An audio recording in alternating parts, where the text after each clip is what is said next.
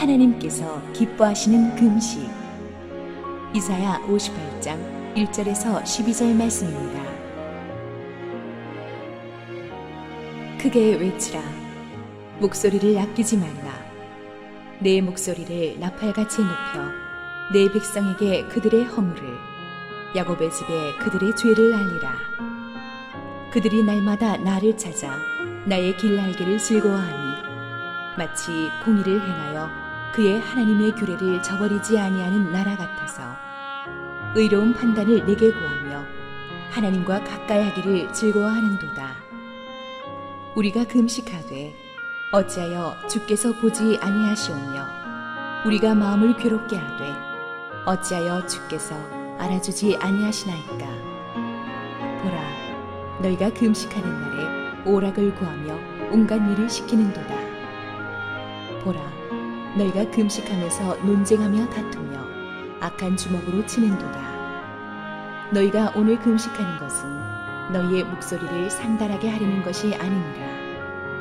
이것이 어찌 내가 기뻐하는 금식이 되겠으며 이것이 어찌 사람이 자기의 마음을 괴롭게 하는 날이 되겠느냐. 그의 머리를 갈대같이 숙이고 굵은 배와 재를 펴는 것을 어찌 금식이라 하겠으며 여호와께 연락될 날이라 하겠느냐. 내가 기뻐하는 금식은 흉악의 결박을 풀어주며 멍에의 줄을 끌어주며 압제당하는 자를 자유하게 하며 모든 멍에를 꺾는 것이 아니겠느냐. 또 줄인 자에게 내 양식을 나누어 주며 유리하는 빈민을 지배드리며 헐벗은 자를 보면 입히며 또 내 골욕을 피하여 스스로 숨지 아니하는 것이 아니겠느냐. 그리하면 내 빛이 새벽같이 비칠 것이며 내 치유가 급속할 것이며 내 공의가 내 앞에 행하고 여호와의 영광이 내 뒤에 호위하리니 내가 부를 때에는 나 여호와가 응답하겠고 내가 부르짖을 때에는 내가 여기 있다 하리라. 만일 내가 너희 중에서 멍에와 손가락질과 허망한 말을 제하여 버리고 줄인 자에게 내 심정이 동하며 괴로워하는 자의 심정을 만족하게 하면 내 빛이 흑암 중에서 떠올라 내 어둠이 낮과 같이 될 것이며 여호와가 너를 항상 인도하여 메마른 곳에서도 내 영혼을 만족하게 하며 내 뼈를 견고하게 하리니 너는 물된 동산 같겠고 물이 끊어지지 아니하는 샘 같을 것이라. 내게서 날 자들이 오래 황폐된 곳들을 다시 세울 것이며 너는 역대의 파괴된 기초를 쌓으리니 너를 일컬어 무너진 데를 보수하는 자라 할 것이며 길을 수축하여 거할 곳이 되게 하는 자라 하리라. 할렐루야. 우리 하나님께 감사와 영광의 박수를 드리겠습니다. 교회를 한 닷새를 쉬니까 아주 좀 다들 몸이 근질근질 하셨을 텐데 하나님의 은혜가 또 연휴 끝나고 또 회복하는 여러분 모두에게 충만하기를 또 소원합니다. 우리 함께 기도하시고 하나님 말씀 보겠습니다. 사랑하는 아버지, 은혜를 감사합니다. 부족한 죄인이 하나님의 말씀을 받쳐들고 여기에 섰습니다. 오늘도 주님의 은혜로운 말씀이 정확하게 우리 성도들 가슴에 전해지도록 하여 주시고 죄인의 부족함이 그 걸림돌이 되지 않게 하옵소서. 예수님의 이름으로 기도했습니다. 아멘. 어렸을 적에 친구들과 크리스마스 파티 할 때 그때는 이 곧잘 자기가 가지고 온 선물 상자에다 넘버를 매겨가지고 다 섞은 다음에 이거 제비뽑기에서 숫자로 뽑아가지고 선물 교환을 종종 하곤 했었죠. 그때 이제 알맹이가 없는데 연탄 같은 거 쪼개가지고 집어넣은 다음에 잔뜩 그냥 포장을 해가지고 아주 화려한 포장지에다 집어넣어가지고 하는 고약한 친구들이 있었어요. 저도 그 중에 하나였다고 얘기하진 않겠습니다만 그냥 툭 나오면은 그냥 너무 황당한 거예요. 이 상자는 아름다운데 안에 알맹이가 없거나 연탄이 나온다거나 뭐 그런 거죠. 근데 이 믿음의 삶에서도 보면은 겉보기는 굉장히 화려한 상자를 하나님께 바쳤는데 그 안에 연탄이에요. 그 안에 또 아무것도 없어요. 내용물이. 이사야 당시에 많은 이스라엘 백성들의 이 신앙생활이 그랬습니다. 종교적인 행위는 잘하고 있었지만은 예배도 드리고 뭐 잘하고 있었지만은 그들의 그 신앙의 내용물이 없었어요. 비어 있거나 하나님이 기뻐하지 않는 거였습니다. 종교적인 형식이 아주 촘촘하고 대단했지만 하나님을 향한 실제 삶에서의 사랑, 순종이 없었던 거예요. 그래서 하나님께서 이들의 위선적인 종교 생활의 실상을 아주 강하게 꾸짖고 계십니다. 1절 같이 읽겠습니다. 시작.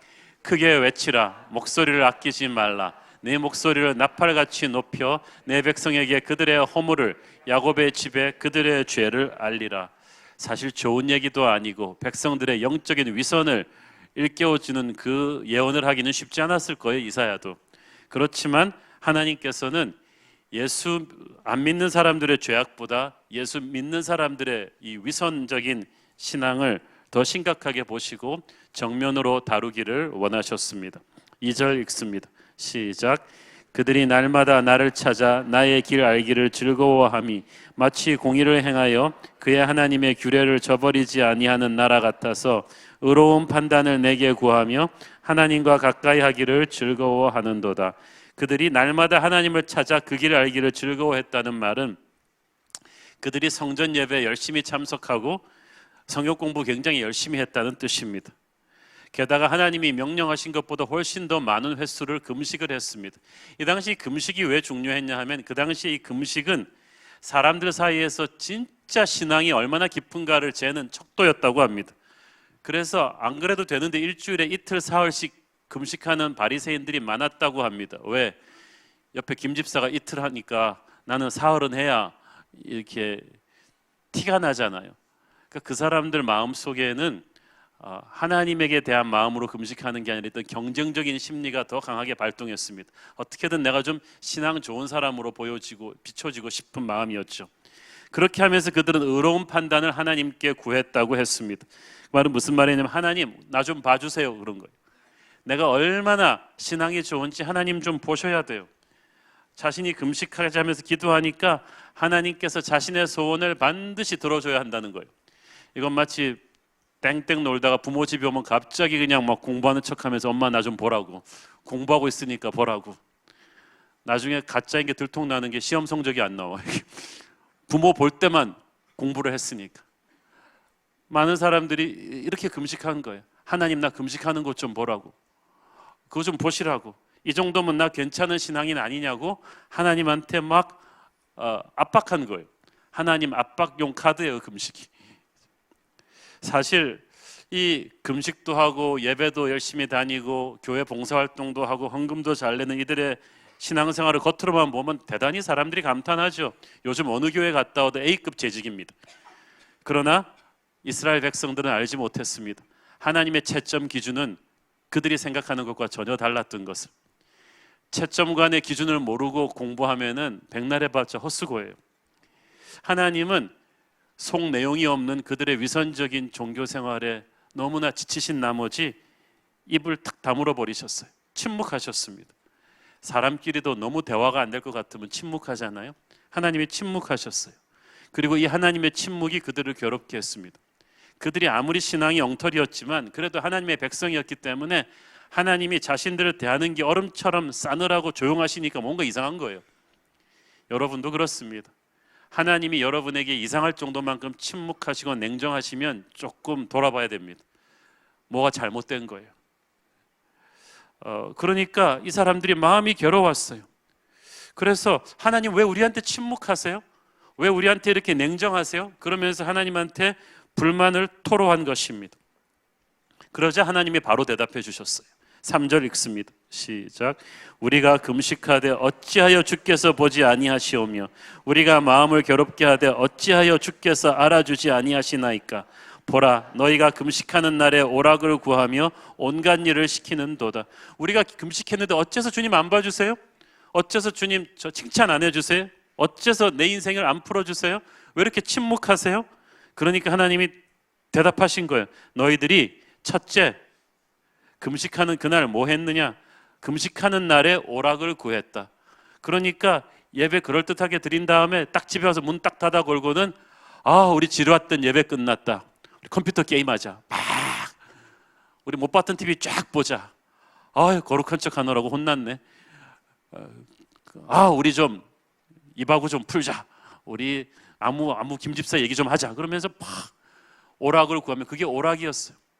그들은 금식이라는 것은 영적인 집중력이거든요. 정말 하나님만을 묵상하며 세상 걸 끊고 하나님께 내 인생의 운명을 걸고 나가는 가난하고 겸손한 마음의 기도가 아니라 사람들 눈에 띄기 위해서 하는 종교 행위였던 거예요. 그러니까 금식하면서 진짜 그 자기들 거실에서는 오락을 구했다는 거예요.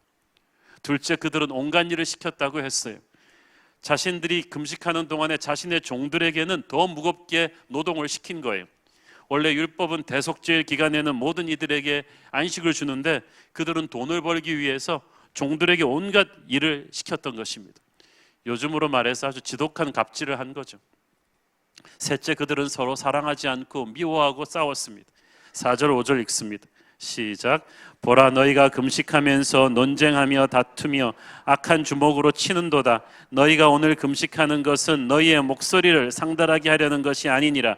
이것이 어찌 내가 기뻐하는 금식이 되겠으며 이것이 어찌 사람이 자기의 마음을 괴롭게 하는 날이 되겠느냐. 그의 머리를 갈대같이 숙이고 굵은 배와 재를 펴는 것을 어찌 금식이라 하겠으며 여호와께 연락될 날이라 하겠느냐. 하나님이 기뻐하시는 금식의 지침 나눠주기 전에 하나님께서 말씀하시는 거예요. 너희들이 금식하면서 교회당 밖으로 나가면 형제끼리 서로 논쟁하며 다투며 싸우며 악한 주먹으로 쳤대요. 이 교회 사람들이 주먹질까지 하면서 막 싸운 거예요. 원래 금식은 하나님 앞에 내 죄를 회개하고 보혈로 씻어주기를 바라면서 하는 것인데 그러고 돌아서 가지고는 하나님의 백성들끼리 험담하고 서로 지독히도 싸웠어요. 교회 성도들끼리 싸우는 건요, 세상 사람들이 싸우는 것보다 더 무섭습니다. 마음과 뜻과 정성을 다해서 싸우기 때문에 굉장히 무서워요. 하나님께서 이걸 보고 기가 차신 거예요. 금식은 하나님과 화목하고 하나님의 마음을 품자는 것인데 형제 간에 이토록 극심하게 싸우는 것은 금식에 무슨 의미가 있느냐고 하십니다. 그러니까 금식을 하지 말라는 게 아니라 전혀 마음은 하나님에게 떠나 있는 행위를 하면서 금식하는 게 문제라는 거예요. 그래서 하나님께서 참된 금식에 대한 하나님의 지침을 주셨습니다. 6절 7절 읽습니다. 시작. 내가 기뻐하는 금식은 흉악의 결박을 풀어주며 멍에의 줄을 끌어주며 압제당하는 자를 자유케 하며 모든 멍에를 꺾는 것이 아니겠느냐. 또 줄인 자에게 내 양식을 나누어 주며 유리하는 빈민을 집에 들이며 헐벗은 자를 보면 입히며 또 내 고륙을 피하여 스스로 숨지 아니하는 것이 아니겠는가. 첫째는 사회적인 공의를 세우는 것입니다. 흉악의 결박을 풀어주고 멍에의 줄을 끌어주고 압제당하는 자를 자유케 하고 모든 멍에를 꺾는다는 것은 부당한 권력에 의해서 억압당하고 소외된 억울한 자들, 가난하고 힘든 자들의 고통을 이해하고 그들이 인간적인 대우를 받을 수 있도록 너희들이 애써야 된다는 거예요. 실제로 그래서 기독교가 들어간 많은 나라들이 이 노예가 해방이 되고 여성들과 가난한 자들의 인권이 회복되는 그런 역사가 있었습니다. 둘째로는 개인적인 삶에서 이웃에게 사랑을 나누어 주라고 하십니다. 7절에 보니까 줄인 자에게 양식을 나누어 주라고 했는데 이거는 네가 먹고 남은 양식이 아니라 지금 네가 먹는 양식을 함께 나눠 먹으라는 뜻이에요. 1990년도 초반에 북한에서 고난의 대행군이라 그래서 굉장한 가뭄이 와서 많이 굶어 죽었습니다. 그런데 그때 북한의 지하교인들은 서로 나눠 먹었기 때문에 많이 굶어 죽지 않았다고 합니다. 유리하는 빈민을 집에 들이라고 했습니다. 당시 전쟁과 기근으로 너무 가난해서 집 없이 다니는 불쌍한 사람들이 많았는데 이들을 너의 집으로 들여서 그렇게 살라는 거예요. 헐벗은 자를 입히라고 했습니다. 가난한 자들을 보면 못 본 척하지 말고 너의 입는 옷이라도 나눠서 입히라는 겁니다. 네 고륙을 피하여 스스로 숨지 말라고 했습니다. 이 말은 무슨 말이냐면은 내 형제 자매 아는 이웃이 잘 살 때는 막 뛰어가서 아는 척을 하던 사람들이 이 사람이 파산하고 돈이 없고 그렇게 다니면은 멀리서 보고 다 숨는 거예요. 나한테 부담 줄까 봐. 하나님께서 그러지 말라는 것입니다. 셋째로 마음으로부터 약자들을 사랑하라고 하십니다. 10절 읽겠습니다. 시작. 줄인 자에게 네 심정이 동하며 괴로워하는 자의 심정을 만족하게 하면 내 빛이 흑암 중에서 떠올라 내 어둠이 낮과 같이 될 것이며. 줄인 자에게 심정을 동하라는 것은 가난하고 곤고한 형제를 보면 마음 깊은 곳으로부터 우러나오는 사랑으로 그들을 품으라는 것입니다. 괴로워하는 자의 심정을 만족하게 하면, 어떤 사람이 공경에 빠져서 너무나 힘들어하면 그와 어려움을 함께 헤쳐나가고 함께 기도해 줌으로써 그가 외롭지 않게 하라는 것입니다. 그러니까 이 남을 돕는다는 게 단순한 돈 몇 푼 주는 게 아님을 알 수가 있죠. 내 시간과 마음과 정성을 그와 함께 나누고 그가 외롭지 않게 같이 기도로 헤쳐나가는 걸 말하는 것입니다. 저는 이렇게 주일날 교회에서 걸어 다닐 때 아주 천천히 걸어 다니라고 노력을 합니다. 천천히 걸어 다녀야 성도들이 저한테 올 수 있기 때문이죠. 그러면은 정말 가슴 아픈 스토리들을 가지고 기도 부탁해 오는 분들이 참 많습니다. 믿었던 사람에게 회사 격리를 맡겼는데 이 사람이 배신을 해가지고 회사가 큰 경영 위기에 처한 거예요. 한 주 한 주 돌아오는 어음만 막는 것이 살얼음판을 겪는 것 같은 너무나 힘든 상황에서 그 집사님을 매주 기도할 때 한 주 한 주 예배의 은혜로 살아갑니다. 그분한테는 그 시간이 굉장히 중요한 시간이에요. 어린 나이에 힘든 병이 들었는데 병원에서 원인을 알 수가 없어요. 그 자매를 또 매주 만나서 기도할 때 보면 참 마음이 애려옵니다. 제가 당장 해줄 수 있는 것은 없지만 나의 마음이 그와 함께 있다는 것을 하나님은 그에게 알려주기를 원하셨어요. 오늘 우리가 부른 찬양처럼 아버지 당신의 마음이 있는 곳에 나의 마음이 있기를 원합니다. 아버지의 마음은 항상 힘들고 가난하고 소외된 자들에게 가 있습니다. 여러분이 아버지의 마음과 함께해서 하늘의 복을 받고 싶으면 그들에게 여러분의 시간과 마음을 주기를 바랍니다. 넷째로 다른 사람들을 아프게 하는 일들을 즉시 중단하라고 하십니다. 9절에 보니까 너희 중에서 멍에를 제하여 버리라 그랬어요. 멍에를 지우는 일은 자기를 살리기 위해서 남에게 부당한 손해를 끼치는 일이에요. 그거 딱 중단하라는 거예요. 손가락질하는 일을 하지 말라. 다른 형제 자매들을 안 보는 데서 멸시하고 그 사람에 대해서 험담하고 무시하지 말라는 거예요. 허망한 말을 하지 말라고 하셨어요. 허망한 말을 영어 성경에 보니까 malicious talk, 독한 말을 하지 말라 그랬어요. 형제를 중상하기 위해서 악한 말, 없는 말, 거짓된 말을 하지 말라 그랬어요. 하나님께서 몇 번이나 신구약 성경에서 교회 공동체 안에서 악하고 거짓된 말을 형제 뒤에서 하는 것을 경고하셨습니다.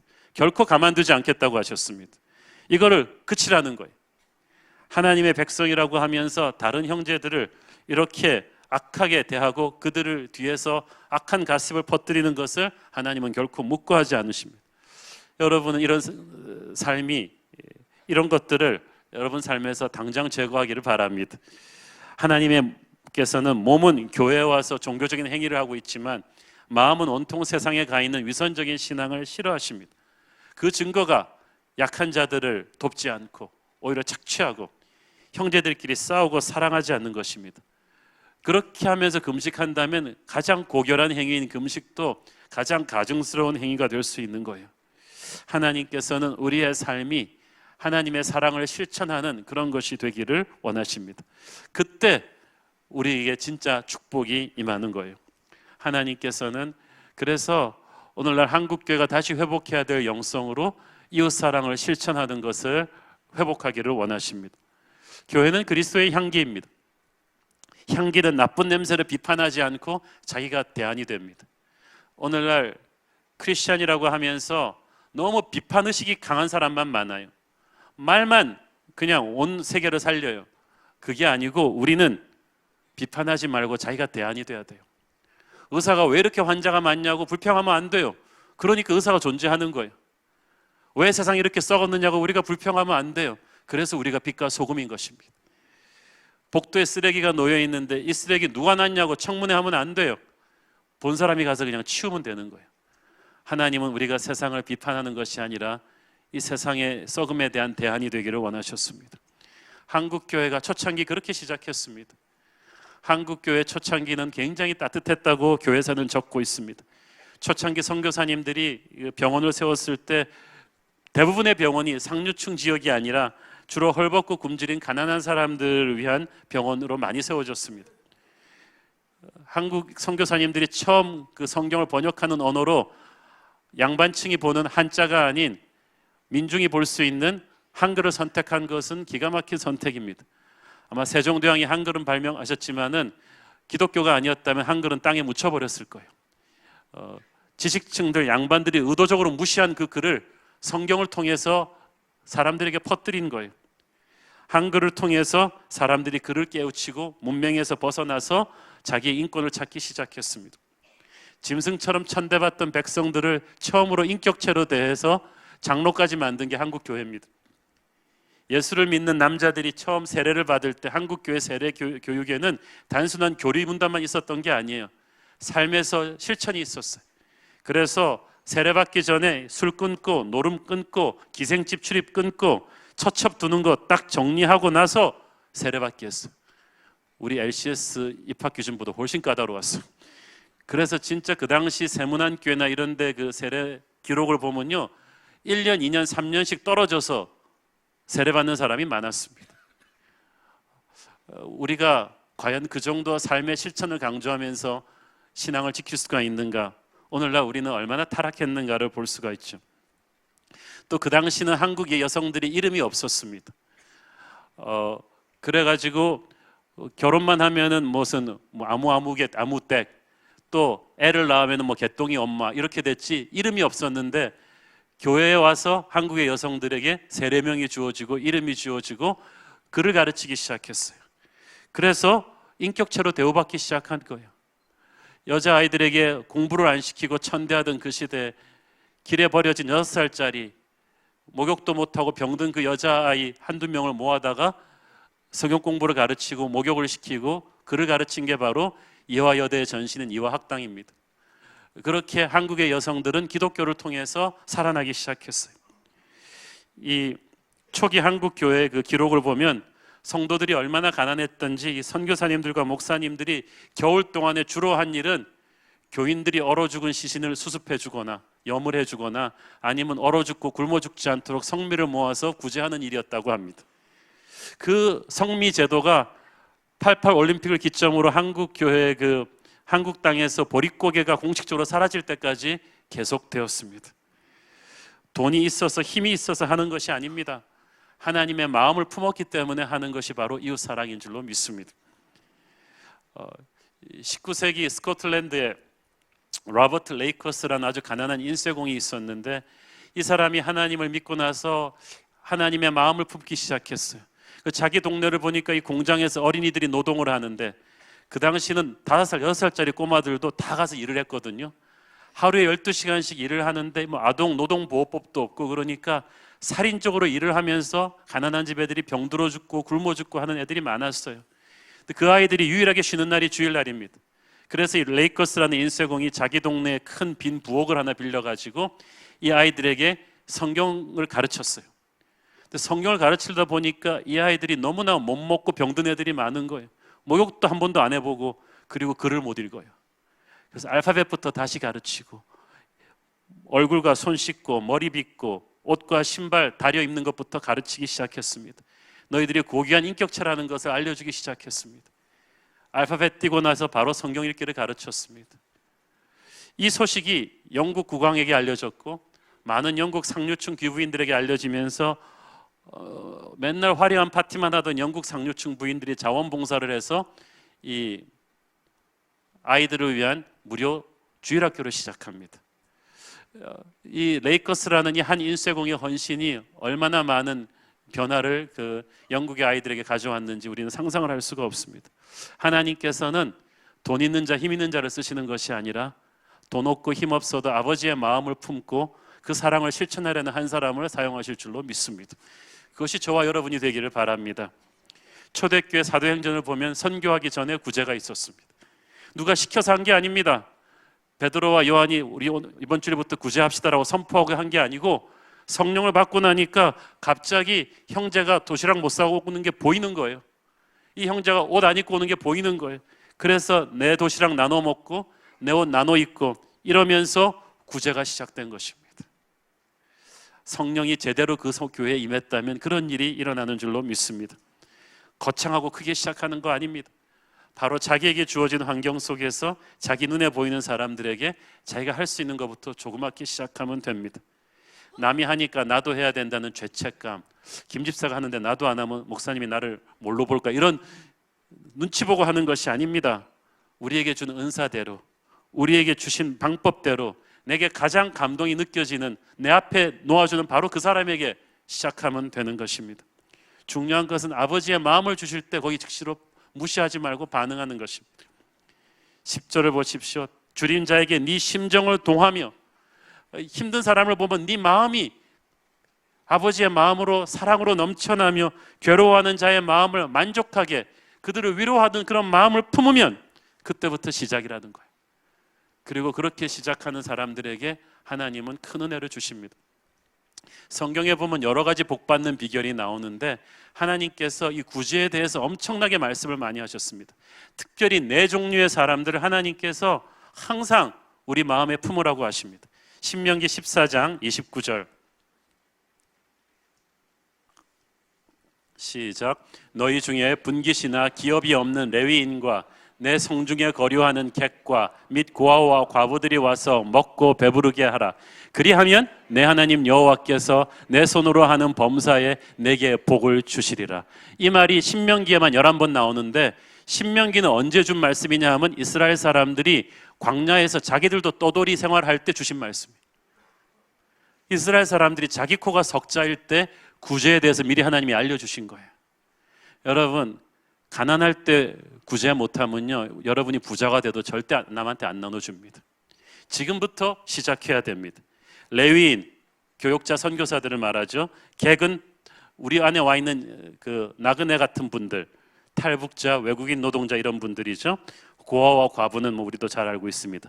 이 네 사람을 성경에서 분명히 말해요. 구약 성경에서 11번이나 신명기에 보면 이 사람들을 마음에 품고 너희들이 항상 도우면 내가 너에게 복을 줄 것이다. 근데 또 그 반대의 말도 많이 나오는데 만약에 너희들이 이들이 힘이 약하다고 해서 무시하거나 천대하면 내가 너를 저주할 것이다 그래요. 어떤 말씀에서는 죽일 것이다라는 말도 나와요. 그러니까 여러분, 죽고 싶지 않으면, 저주받고 싶지 않으면 하나님이 아끼는 사람들을 아껴야 합니다. 그들이 우리보다 힘이 없어 보인다고 해서 그들을 홀대하면 안 돼요. 이 말씀에 근거해서 저희 교회는 초창기부터 매년 추수감사절 헌금을 시드머니로 해서 러브 미니스트리를 펀드를 시작했습니다. 국내의 미자립 교회 목사님들과 선교사님들과 선교단체들과 그리고 교회 안팎에 가난하고 힘들고 병든 분들을 돕는 일을 해왔습니다. 여러분 그 주보에 보시면은 이 러브 미니스트리 사역에 대한 자세한 이 소개가 이제 안에 나와 있는데 올해부터는 금전적으로만 돕는 것이 아니라 실제로 우리 성도들 중에서 하나님이 마음이 주시는 분들이 같이 가서 몸으로 섬기는 일을 적극적으로 실천해 보려고 합니다. 여러분들이 기도하시고 하나님 마음 주시는 대로 이 러브 미니스트리 사역에 많이 동참해 주셨으면 좋겠습니다. 자기 마음에 감동 주는 대로 하십시오. 제게는 항상 하나님께서 이 작은 교회 목사님들에 대한 마음을 많이 주십니다. 개척교회를 시작하면서 또 기도원을 많이 다니면서 그 수많은 이 개척교회 목사님들을 만나면서 그 마음이 더 뜨거워졌어요. 한국 교회 80%가 미자립 교회입니다. 이 힘든 교회들을 목회하는 목사님들을 우리가 참 이때까지 재정적으로 많이 지원했지만 또 제가 중요하게 깨달은 사실 하나가 기도원에서 이분들을 만나서 참 대화를 해보면서 느낀 게 재정적인 어려움만이 문제가 아니라 이분들이 너무나 외롭고 그래서 격려가 필요하고 그리고 또 한 가지가 이 설교하는 것과 목회하는 법과 주일학교나 교회 양육 시스템 구축하는 것에 대해서 너무 모르셔서 조금 도움을 누가 가르쳐드리면은 자립할 수 있을 것 같아요. 그래서 이때까지는 재정적인 후원만 조금씩 했는데 조금만 우리가 이 목회를 인프라를 깔아드리고 도와드린다면은 자립할 수 있는 교회가 되겠다는 생각에서 올해부터는 러브 미니스트리 한 부분이 SMP 프로그램을 통해서 미자립 교회 중에 가능성 있는 교회들이 1년 안에 자립할 수 있도록 도와주는 그런 이 총체적 목회 지원 프로그램도 이제 시작하고자 합니다. 또 러브 미니스트리를 하면서 제 가슴에 깊이 감동을 주었던 프로그램 중에 하나가 이 다비다 사역입니다. 남편을 잃고 홀로 아이들을 키우는 이 싱글 맘들을 위해 이 사역인데 우리나라 같은 사회에서 이렇게 남편이 일찍 돌아가시고 나서 부인이 육체 노동을 하면서 아이들을 키울 때 정말 힘듭니다. 그런데도 이분들이 신앙을 가지고 이 어려운 생활을 하려고 밝게 살려는 노력이 참 너무 깊은 감동을 또 저한테 줬어요. 이분들을 우리가 참 도와야겠다는 생각을 많이 합니다. 여러분, 이 남을 돕는 거 쉬운 일이 아닙니다. 오해도 많이 받아요. 비판도 많이 받아요. 그렇지만 오해나 비판이 무서워서 안 하면 그게 마귀가 원하는 겁니다. 마귀가요, 우리가 선교하려 그러면 공격하고요, 남을 도우려 그러면 공격해요. 그렇지만 그럴수록 우리는 해야 된다고 저는 믿습니다. 이 사랑이라는 거는 전염성이 있는 거거든요. 몇 년 전에 우리 러브 미니스트리 지원을 받은 한 지방의 한 교회가 그 다음에 자기 지역에서 똑같은 걸 하는 거예요. 조금 교회 크고 나서 자기보다 더 어려운 교회들을 돕는 걸 보고 제가 너무 감동받았어요. 미주 캐나다 지역의 어떤 교회는 그 지역의 러브 미니스트리 수혜 대상으로 지정이 됐는데 자기보다 더 힘든 교회가 있다고 양보한 거예요. 제가 볼 때는 그 교회가 50명 정도 모이는데 양보한 교회는 한 30명 모여요. 거기서 거기까지 다 힘든데 이분이 양보하시는 거예요. 저는 그때 너무 큰 감동을 받았어요. 이거는 우월한 자 입장에서 동정하는 게 아니라 같은 믿음의 형제 자매가 나누는 감동이구나라는 것을 그때 느꼈습니다. 그분들의 자존심을 존중해 주면서 저는 아버지의 마음을 품고 하는 이 러브 미니스트리 사역을 같이 동참하는 한국 교회가 좀 더 많아졌으면 좋겠다고 생각합니다. 여러분들이 많이 기도해 주십시오. 우리가 위선의 거품을 걷어내고 하나님의 말씀대로 이웃 사랑을 우리의 삶에서 실천하기 시작할 때 하나님께서는 그 참된 금식을 하는 자에게 놀라운 축복을 약속하십니다. 8절 함께 읽습니다. 시작. 그리하면 내 빛이 새벽같이 비출 것이며 내 치유가 급속할 것이며 내 공의가 내 앞에 행하고 여호와의 영광이 내 뒤에 호위하리. 첫째로 너의 빛이 새벽같이 비출 것이며, 한마디로 말해서 너의 어두움이 끝나고 새로운 시대가 열릴 것이다. 여러분, 인생에서 그럴 때 있잖아요. 열심히 하는데 뭐가 안 뚫리는 거, 뭐 좀 브레이크트루를 해야 되는데 이 계속해서 꼬이고 안 풀리고 해서 길이 안 보이던 인생에 새벽이 온다는 거예요. 기적 같은 돌파구가 열리는데 어떻게 되었는지 설명할 수가 없는데 어느 순간에 뻥 뚫린다는 거예요. 왜? 네가 이웃을 사랑했기 때문에. 하나님을 사랑하는 마음으로 너에게 가난하고 헐벗은 이웃을 사랑하기 시작했을 때 내 인생에 뭔가가 뚫리는 거예요. 여러분 인생에 새벽이 오기를 축원합니다. 네 빛이 10절 후반부에도 보니까 흑암 중에서 떠올라 너의 어둠이 낮과 같이 될 것이다. 가령 자식 문제가 캄캄한 어둠이었는데 갑자기 하나님의 빛이 낮과 같이 돼서 해결이 되는 거예요. 남을 도왔는데 그 와중에서 하나님이 내 문제를 해결해 주세요.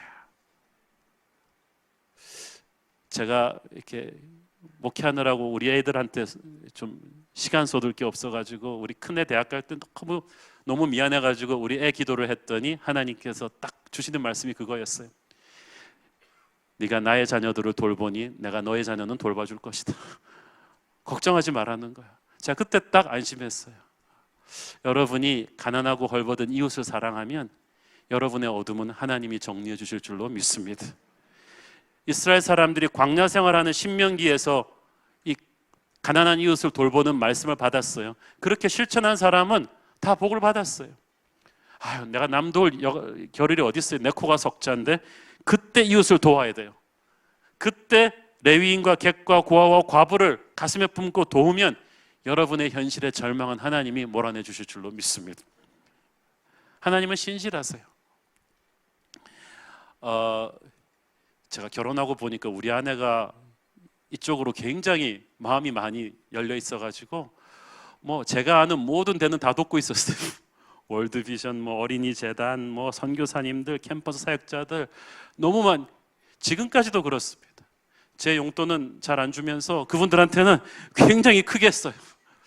저는 그걸 보면서 참 은혜를 많이 받습니다. 내가 목사지만 그렇게 못하는데, 그런데 힘들던 시절부터 그렇게 하니까 하나님께서 너무나 많은 우리 자신의 문제는 해결해 주는 것을 느꼈어요. 하나님은 우리에게 빚을 지지 않으십니다. 여러분 걱정하지 말고 힘들 때부터 이웃을 돌보십시오. 하나님의 축복이 여러분에게 새벽을 열어줄 것입니다. 둘째, 네 치유가 급속할 것이다. 그 말은 무슨 말이에요? 네가 아팠다는 거예요. 몸이 아프고 마음이 아팠는데 네가 오히려 이웃을 사랑하기 시작하면 너의 병은 내가 고쳐준다. 할렐루야. 오늘 몸의 병과 마음의 병의 치유를 원하는 분이 있습니까? 성경의 비결대로 가서 이웃을 사랑하십시오. 하나님께서 급속하게 치유하겠다고 하십니다. 셋째, 하나님이 너의 앞을 열어주고 뒤를 호위해 주겠다. 인생에서 가장 골치 아픈 게 앞일이 안 뚫리는 거고, 두 번째는 앞일이 뚫렸는데 뒤가 불안한 거예요. 근데 하나님께서 너의 공의가 네 앞에서 행하게, 네가 하나님의 말씀대로 이웃을 사랑한 그 삶을 가지고 하나님이 네 앞길을 뚫어줄 것이고, 너의 뒤는 내가 보호해 주겠다. 성공을 해도 뒤탈이 없을 것이다. 불의의 기습으로부터 안전할 것이다. 하늘의 축복이 너에게 부어줄 것이다. 할렐루야. 이 인도하심과 호위하심의 축복이 11절에서도 다시 한번 강조가 되죠. 11절 읽겠습니다. 시작. 여호와가 너를 항상 인도하여 메마른 곳에서도 네 영혼을 만족하게 하며 내 뼈를 견고하게 하리니 너는 물된 동산 같겠고 물이 끊어지지 아니하는 샘 같을 것이라. 여호와가 너를 항상 인도해서, 여러분 인생이 너무나 힘든 초이스들이 앞에 놓일 때, 뭘 결정해야 될지 모를 때, 다 지뢰밭 같아 보일 때 하나님이 우리를 인도해 주신다는 것입니다. 하나님이 우리를 기쁘게 생각하시면 우리가 도저히 결정할 수 없을 때 결정해 주십니다. 사람 소리들이 너무 많아서 어디로 가야 될지 모를 때 하나님이 인도해 주십니다. 하나님의 인도하심을 받는 인생은 어려움 가운데서도 풍성한 번영을 누리게 될 것입니다. 메마른 곳에서 너는 물된 동산 같을 것이라. 무슨 말이냐면 네 환경은 다 불경기라도 너만은 아니다는 거예요. 의사는 가망 없다고 하는데 너는 살 수 있다는 거예요. 다 안 되는 사업이라고 하는데 너만은 다르다는 거예요. 여러분만은 다릅니다. 왜냐하면 누가 물을 대주니까. 어디서부터 오는 물입니까? 하늘로부터 오는 물입니다. 결코 설명할 수 없는 큰 백입니다. 하나님의 손이 다 끝났다 싶은 여러분의 인생 가운데 물된 동산처럼 오십니다. 다시 뚫리게 하고 살아나게 하십니다. 누구에게? 이웃을 사랑하는 사람에게. 가난한 이웃을, 레위인과 객과 고아와 과부를 가슴에 품고 마음으로 품고 시간과 정성과 재물을 다해 그들을 돕는 자에게 하나님은 신실하게 이 약속을 지키겠다고 하십니다.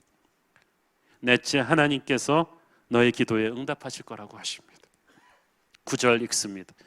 시작. 네가 부를 때에는 나 여호와가 응답하겠고 네가 부르짖을 때에는 내가 여기 있다 하리라. 아멘. 이스라엘 사람들의 불만은 자신들이 금식했는데 하나님의 응답이 없는 거예요. 그런데 하나님이 기뻐하는 참된 금식을 한다면, 진짜 가난하고 헐벗은 이웃을 가슴에 품고 사랑한다면 하나님께서 내가 여기 있다고 하신다는 거예요. 여러분, 여기서 기도 응답에 대한 중요한 진리가 나오죠. 기도는 유창하게 해야 응답되는 게 아니라 말씀대로 살아야 응답이 됩니다. 하나님을 순종하는 사람, 하나님의 말씀대로 이웃을 사랑하고 있는 사람이 기도하면 어찌 하나님이 하늘문을 열지 않으시겠습니까? 기도할 때 하늘문이 열릴 때 우리가 딱 느낍니다. 하늘문이 닫혀 있으면요, 기도할 때 답답해요. 그런데 하늘문이 열려 있으면 담대함이 와요. 나 여호와가 응답하는 소리가 들려요. 하나님의 임재가 느껴집니다. 폭포수 같은 응답이 옵니다. 영적인 혈이 뚫리는 걸 느끼고 하나님의 임재를 느끼면 가슴이 폭발하는 것 같아요. 어둠 속에서도 빛이 보이죠. 아픈데 춤을 출 것 같아요. 고통 속에서도 소망이 옵니다. 하나님과 접속했기 때문에 오는 감동이에요. 그 감동이 누구에게 오느냐? 이웃을 사랑하고 실천하는 자에게 온다. 다섯째, 자손에 대해 이루어지는 회복의 축복이 옵니다. 12절 읽습니다. 시작. 내게서 날 자들이 오래 황폐된 곳들을 다시 세울 것이며 너는 역대 파괴된 기초를 쌓으리니 너를 일컬어 무너진 데를 보수하는 자라 할 것이며 길을 수축하여 거할 곳이 되게 하는 자라 하리라. 여러분의 자손들을 위해서 우리가 많이 기도하죠. 제가 이 비결을 가르쳐 드린다면, 여러분의 자녀가 자기가 땀 흘리지 않은 축복을 받게 하는 비결은 여러분에 대해 가난하고 힘든 이웃을 향해서 사랑을 실천하는 거예요. 그것은 하나님에게 빚을 지시는 거예요. 형제를 사랑하고 가난하고 병든 이웃을 도우면 하나님의 축복이 여러분의 자녀의 대로 쫙 흘러갑니다. 이것이 시편에 보면은 내가 의인의 자녀들이 걸식하는 것을 보지 못하였다는 말과 똑같아요. 사랑하는 여러분, 지금은 가난하고 힘들어도 한국 교회가 이 보릿고개를 지나던 시절에 얼마나 많은 사랑을 베풀어 주었는지 그걸 우리가 지금 누리고 있잖아요. 여러분의 자녀의 대를 위해서도 마찬가지입니다. 하나님의 사람들은 마치 거대한 고압선과도 같아요. 보이지 않지만 우리 한 사람 한 사람 속에는 엄청난 파워 전류가 흐르고 있습니다. 하나님은 우리 속에 있는 그 파워 전류를 흘려보내서 세상을 변화시키기를 원하십니다. 그리고 그때 아버지의 마음이 참 기뻐하세요. 제가 설교를 열심히 잘해서 예배에 은혜가 있을 때도 아버지의 마음이 기쁘게 느껴지는데, 진짜 아버지의 마음이 엄청나게 기쁘다고 느껴지는 때는 항상 이웃사랑을 실천하는 때였어요. 제가 지지난주에 주중에 너무 지치고 피곤하고 힘들었을 때인데, 주일날 우리 교회를 방문했던 한 목사님이 생각이 난 거예요. 굉장히 힘든 목사님이셨는데, 그래갖고 그분한테 이메일을 탁 보냈어요. 잘 계시냐고. 이메일 답이 툭 왔어요. 그래서 내가 만나서 밥 먹자 그랬어. 이분이 놀란 거예요. 바쁘시지 않냐고. 안 바쁘다고. 밥을 먹었어요. 2시간, 3시간을 밥을 먹었어요. 얘기 다 들어드리고 위로해드리고 딱 헤어지는데 그분이 하시는 말씀이, 자기가 이제 다음 사역지를 찾아서 고민할 때 한옥 목사님 교회 와서 예배드리고 이제 가면서 기도라도 좀 받았으면 좋겠다고 했는데, 이렇게 밥을 먹고 3시간씩 자기 얘기를 들어줄 줄 몰랐다는 거예요. 그러면서 하나님이 목사님 통해서 자기한테 너가 외롭지 않다고 말해주신 것 같다는 거예요. 제가 그 얘기를 듣는 순간 전류가 쫙 흘렀어요. 그리고 아버지의 음성을 들었어요. 홍아, 네가 저 목사님이랑 밥 먹어줘서 내가 너무 고맙다. 내가 너무 좋다. 그래서 머리를 슥슥슥 쓰다듬어 주시는 걸 느끼는 거예요. 제가 그때 하나님께 서원했어요. 하나님, 제가 앞으로 유명한 목사는 못 만나도 유명한 사람들이랑 약속은 캔슬해도 내게 오는 저런 분들의 약속은 하나도 캔슬하지 않겠습니다. 내가 반드시 아버지의 위로가 되어주겠습니다. 뭐 큰일도 아니에요. 여러분도 그럴 거예요. 남을 구제하고 돕고 사랑하는 게 뭐가 큰 거 하는 거 아닙니다. 여러분을 스치는 바로 그 사람에게 여러분의 시간과 사랑과 재물을 그때 할 수 있는 것만큼 쏟아주면 되는 거예요. 그러면 아버지께서 여러분을 책임지십니다. 사랑하는 여러분, 한국 교회 역사에서 하나님은 그 우리 동료에 나오는 그 얼어붙은 달을 비추는 등대지기처럼 교회를 사용하셨습니다. 근데 오늘날 우리 교회들이, 크리스천들이 너무 이기주의적이 되어버렸어요. 자기 교회 부흥하고 자기 인생 잘 되게 해달라는 기도밖에 안 해요. 그런데 오히려 역설적으로 우리가 정말 살기를 원한다면 하나님의 마음의 품은 레위인과 객과 고아와 과부를 살펴야 합니다. 이 땅의 미자리 교회들을 살펴야 합니다. 그러면 우리의 문제는 하나님이 책임져 주실 줄로 믿습니다. 교회는 그렇게 세상을 밝히고 아름답게 하는 그리스도의 향기가 되어야 될 줄로 믿습니다. 저와 여러분 그렇게 되기를 축원합니다. 기도하겠습니다. 사랑하는 아버지, 은혜를 감사합니다. 우리는 넘치는 하나님의 사랑을 받았지만 그 사랑을 나보다 힘들고 어려운 이웃에게 흘려보내기는 소홀히 했던 이기주의자들이었던 것을 고백합니다. 주님, 이제 아버지의 마음을 품고 내 옆에 있는 가난하고 힘든 이웃과 함께 하기를 원합니다. 주여, 우리를 사용하여 주옵소서. 예수님의 이름으로 기도했습니다. 아멘.